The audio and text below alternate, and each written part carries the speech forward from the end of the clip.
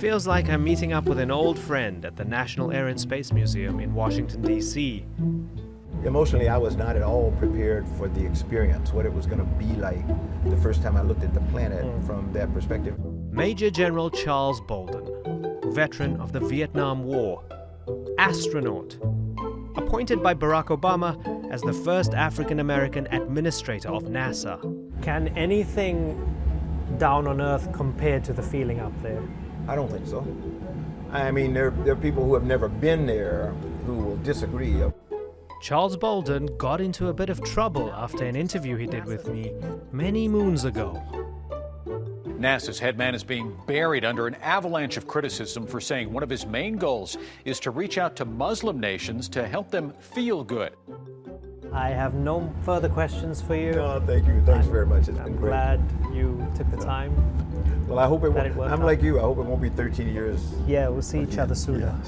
And I don't think I said anything that'll get me in trouble with Fox. what? They don't care. Yeah. Because And you don't care. I don't care. I'm too old to care.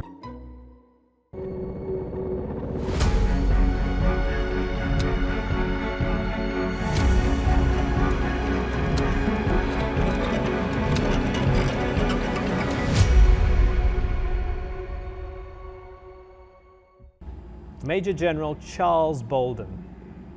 Good to see you, Imran. It's Charlie. Charlie Bolden. I feel, I don't know, it feels too casual. Well, we took our coats off so we can be real casual. Former NASA administrator. Yes, sir. It's been a while. It's been a while, but I remember it vividly because I tell people all the time, the interviewer makes the interview, and I had a phenomenal time. You were awesome. 13 years ago we chatted. I remember it as if it were yesterday. And I don't know if I got you in a bit of trouble. The interview got you in a bit of trouble. That's okay. So we spoke about many beautiful things. We did. But a small part of it was cherry-picked by Fox News, and then the juggernaut started. Exactly. Tell me what you remember of that time. Oh, what I remember was it was right after the Tea Party had come into D.C. and everything, and there was a lot of brouhaha building, people trying to figure out a way to get rid of President Obama, and I learned at that time that anyone in the administration was fair game if they could put pressure on the president. So Charles Krautheimer and several others at Fox, several months after the interview aired, found the segment where you asked me why was I there in the Middle East, and I mentioned the fact that President Obama had wanted me to go and expand the number of non-traditional partners, and I am incredibly proud to this day of what we did and of his brilliance in having us do that, because I was telling somebody as we were walking around, one of only 2 nations in the world to reach Mars on their first attempt is the UAE with the Emirates Mars mission, and that started with that visit, and today they are one of the world's, in my estimation, one of the world's leading space agencies. So your visit wasn't to just boost Muslim self-esteem, as they say. Contrary to popular belief, I was not trying to make Muslim kids feel good about themselves, and that was on me. I learned through the years. I was lousy my first 2 years. Some people may say I was lousy the whole time, all 8 years, but I admittedly really sucked my first 2 years because I did not know anything about the political landscape here in Washington, D.C. I was this naive, I still call myself a kid, but I was this naive kid that came from having spent 34 years in the Marine Corps, wonderful years, 14 years at NASA, and I came here thinking that one of the things I could do as the NASA administrator was to help heal the wounds between one end of Pennsylvania Avenue, where the White House was, and the other end where Congress was. And that put me at odds with the administration, actually, because there were people in the executive branch who felt that anybody in the executive branch should stand their ground, and that those guys on, over there in the Capitol, they had their agenda, we had ours, and never the twain shall meet. And we couldn't survive that way in NASA. I tell people all the time, the president proposes, writes a budget, or OMB writes the Office of Management and Budget writes a budget for the president that he sends over to the Congress, he or she one of these days.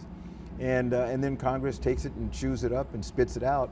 Sometimes it resembles what the president sent over, and sometimes it's not even close.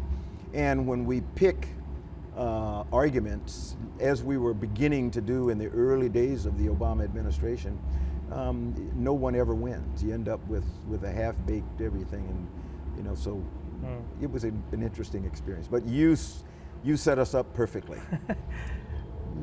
Was it hard to get used to the politics? Did you eventually get a handle of it? I don't think anybody ever gets a handle of it unless you call yourself a politician, where you think you have a handle on it. I really didn't want to get a handle on it. I just wanted to find a way to take care of my people at NASA. 18,000 employees all over the world. In my opinion, the greatest soft power tool that the U.S. has, and that was our job.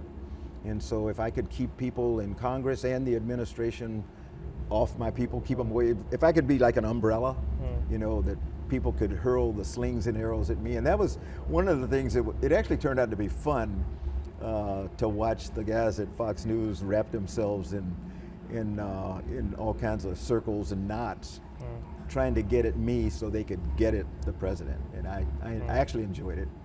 You say it's one of the greatest soft power tools. And it's interesting because I see kids on the streets of Istanbul wearing the NASA T-shirt, right? All over the world. Everywhere.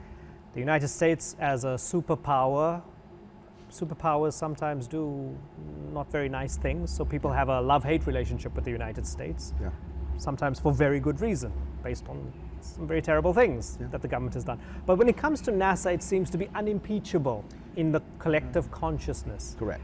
And something magical about that, And that's why it's really, really, really critically important to keep NASA above the fray, non-political, non-judgmental. People ask me frequently, how do we work?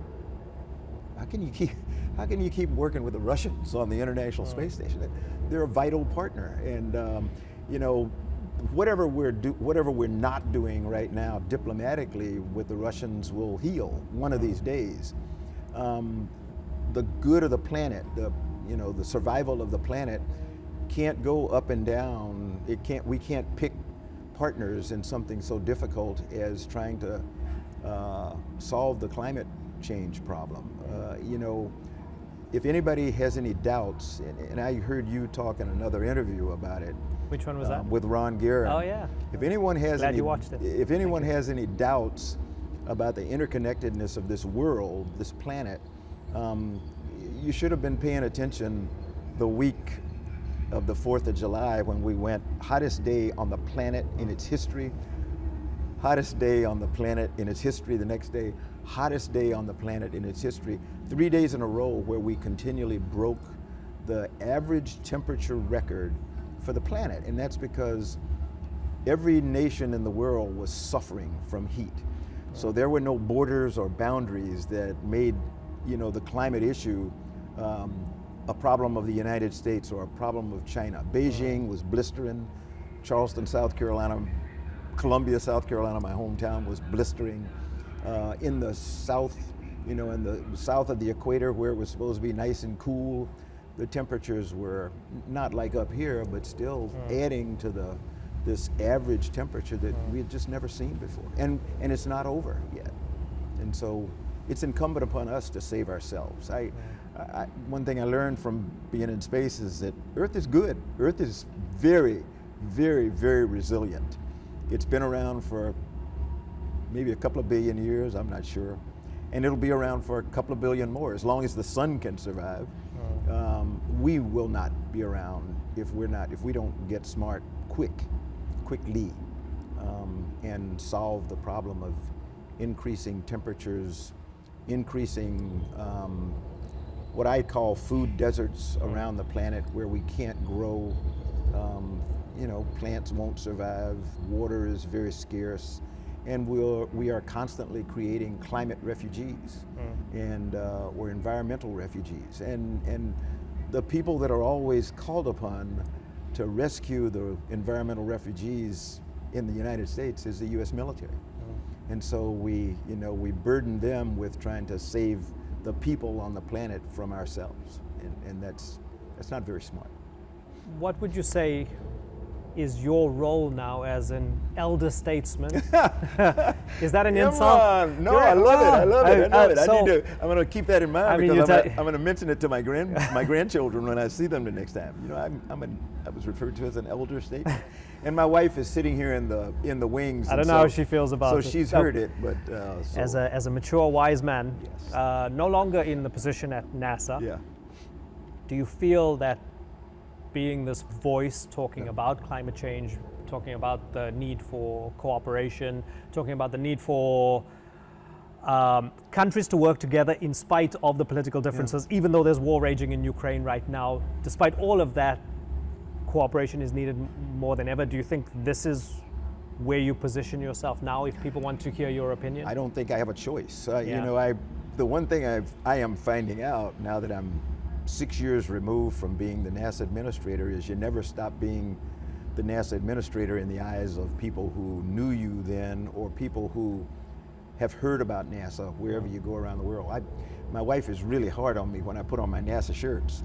But I told her I spent a lot of money for these NASA shirts, so I'm going to get my money's worth. But I wear them really because of my pride of being a member of the NASA family. And it's almost like the Marine Corps. You know, you've probably heard people say there's no such thing as an ex-Marine, and once a Marine, always a Marine, and that's very true. And I think the same thing, once a member of the NASA family, you're always a member of the NASA family. So I don't think it's my role to be the face and voice of NASA anymore, but I think it is my role to speak up, to say things when I think they're going wrong with the way we're treating the planet. And the way we're, in turn, treating ourselves and setting our progeny up for really hard living. We're destroying our planet. Yep. Making a mess of that. What else are we doing that worries you? We are losing the ability to communicate, and we're losing the ability to compromise and to sit and listen. Somebody, I forgot who said it, you know, God gave us 2 ears and 1 mouth, so we probably should listen twice as much and speak less. We've lost that ability to listen to people and disagree agreeably with people. You know, we don't have to agree at all, but we're doomed if we can't at least hear somebody out and accept their position for what it's worth. And then see if we can't find some middle point that we can get along and come to an agreement and compromise. Compromise is absolutely essential for the existence of humanity. You said you wanted NASA to always be in a position to rise above, not get embroiled in the muck of politics or hitched to any the party, politics, any party, political any president, even anything, right? Any president. I wonder, was there a sort of similar camaraderie across space agencies when you spoke to your Chinese counterpart, your Russian counterpart, when you were in the position? Did they feel the same way? I think they do. I don't think it was. I think they do. If you look at the fact that, in spite of, you know, they had a guy named Rogozin who was head of the Roscosmos for a period of time.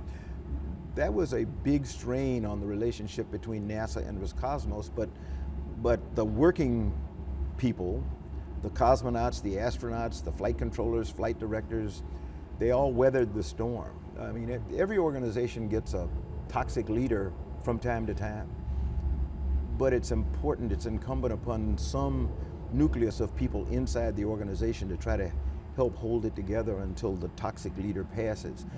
There are probably people who thought I was a lousy NASA administrator, and so they kind of did their job. I didn't matter, you know. But I think it's really important that we be willing to rise above the storm and be resilient enough that if you know what you're doing is right, then just press on.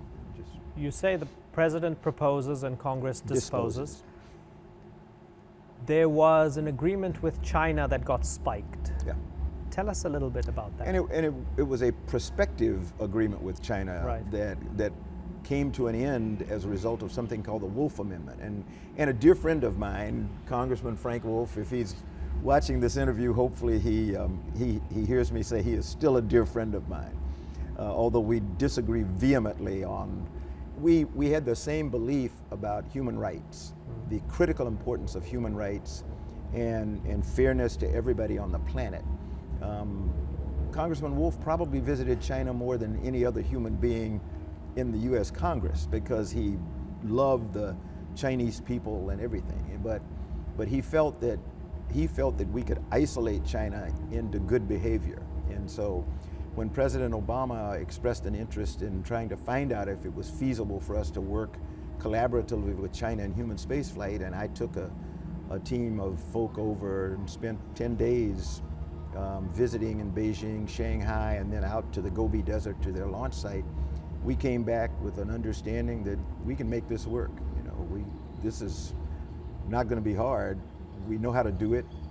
Take the agreements we have with the Russians and scratch out Russia and put in China and make some other, adjustments. That's a little naive on my part, but still, we could have made it work. But You needed money. We needed money, and Congressman Wolf was the chairman of the House Appropriations Committee, and he had asked me not to go on the trip in the first place, and I said, with all due respect, I work for the president, and so I have to go. But what we'll do is we'll visit with every intelligence agency in the U.S. and we'll come back and we'll report out to every intelligence agency in the U.S. and we'll make an agreement to avoid people that you all think we shouldn't be talking to, and we abided by the agreements that we made. But when we came back, sort of to semi-punish NASA without taking away money, he inserted something that is today still called the Wolf Amendment, and it was wording that prohibited bilateral activity between the U.S. NASA and the Chinese Space Agency. And it was very broad when he first did it, but over time, even he and I could reach compromise. And over time, we got to the point that the only real prohibition was on bilateral collaboration in human spaceflight, because we went through a period of time, and still in the science community, there are some areas like a program called Severe that's sponsored by the U.S. Agency for International Development, and NASA provides the science input and the content for the program that helps people around the world by giving them archived and real-time Earth science data to help solve problems like water shortages, crop planning, disaster planning and relief, and that kind of stuff. And China is a very important partner in Severe Himalayas, which has 9 member nations, and their primary issues are glacial characterization in the Himalayas, and then figuring out how to provide safe, clean drinking water to people in this region of the world where you would think water would not be an issue at all, but it is everywhere. Someone like Elon Musk doesn't have to worry or care about the Wolf Amendment, right? Correct. So Correct. Some people are very worried by the prospect of billionaires with their toys embarking upon space adventures for their egos. And others feel that the future of space exploration is commercial, private, and decoupled from the national interests of nation states. The possibilities could be immense. Where do you land on this? I'm what you would say, I'm hard charging on commercialization of space, within reason. I think it's an error to think that billionaires and commercial interests will take the lead in exploration of space. Exploration is a big word with big meaning. It's risk-taking, it's very expensive, it's doing things that have no promise of return. There is no, frequently with exploration and explorers, there is no measurable return on investment. That's not a good business.